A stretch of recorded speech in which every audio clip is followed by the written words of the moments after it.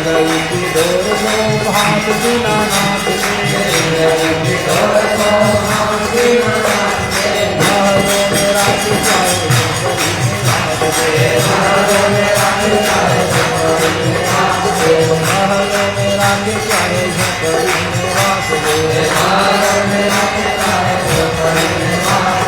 धन्यवाद निर्विवाद राम राम कहिए धन्यवाद निर्विवाद राम राम कहिए धन्यवाद निर्विवाद राम राम कहिए धन्यवाद निर्विवाद राम राम कहिए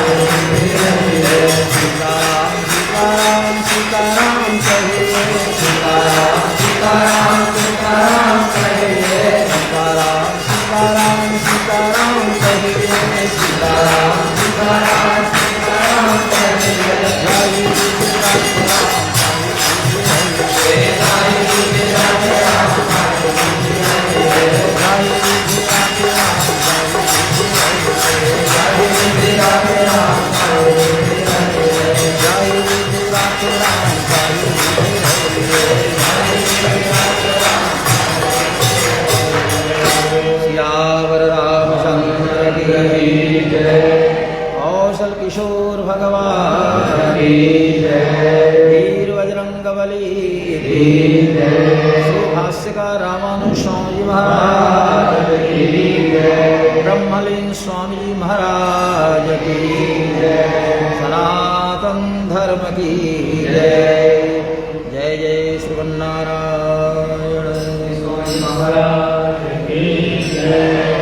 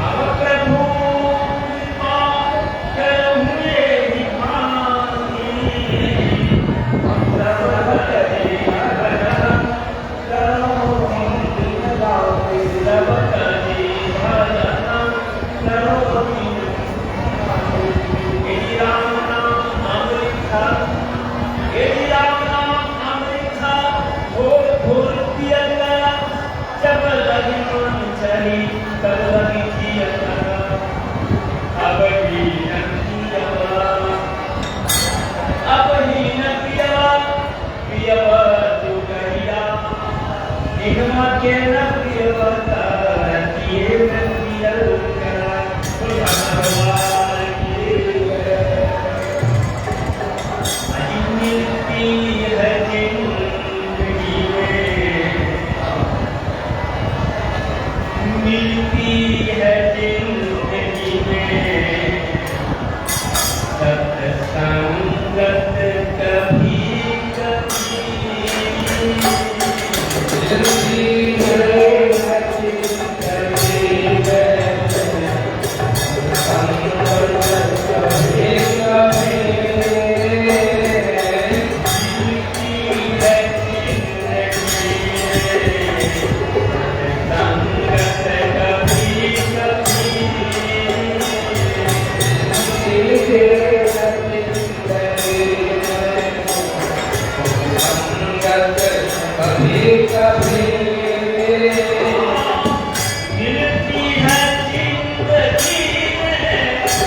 सत्संगत कभी कभी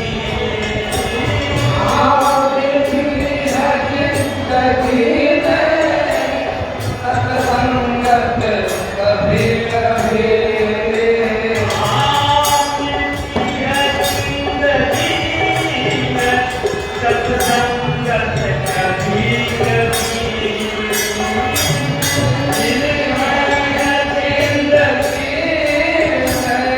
सत्संगत कभी कभी कभी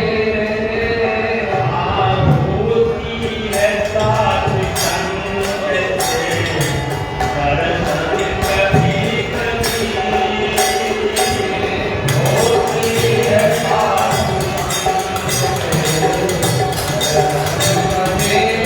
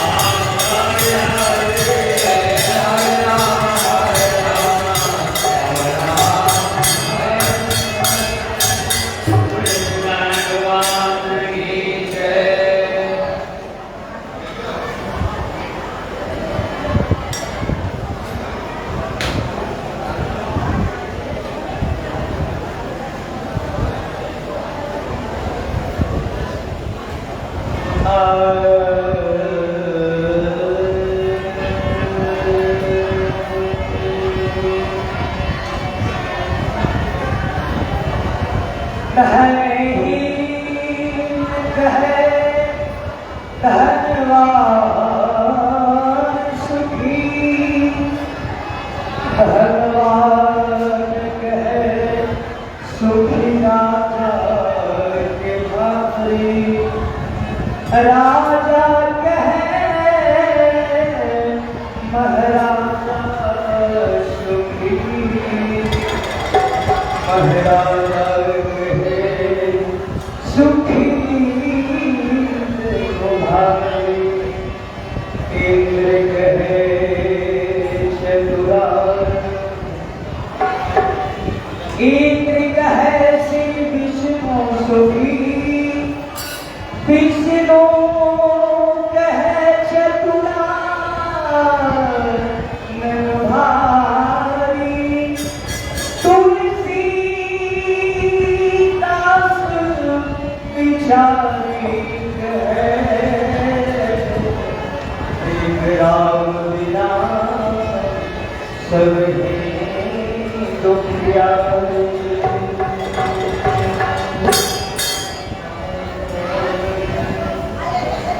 प्रभु हम भी शरणागत है, उद्धार करे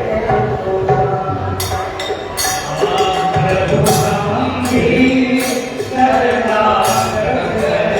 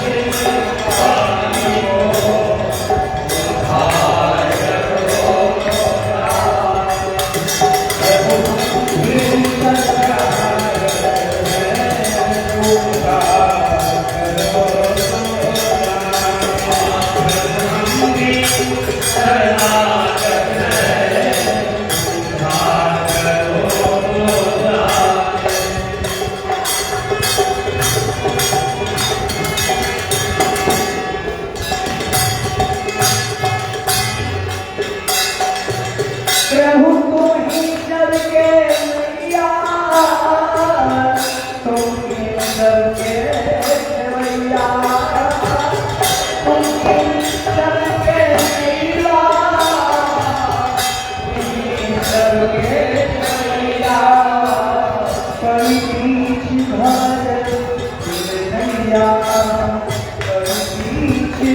हमारे कन्हैया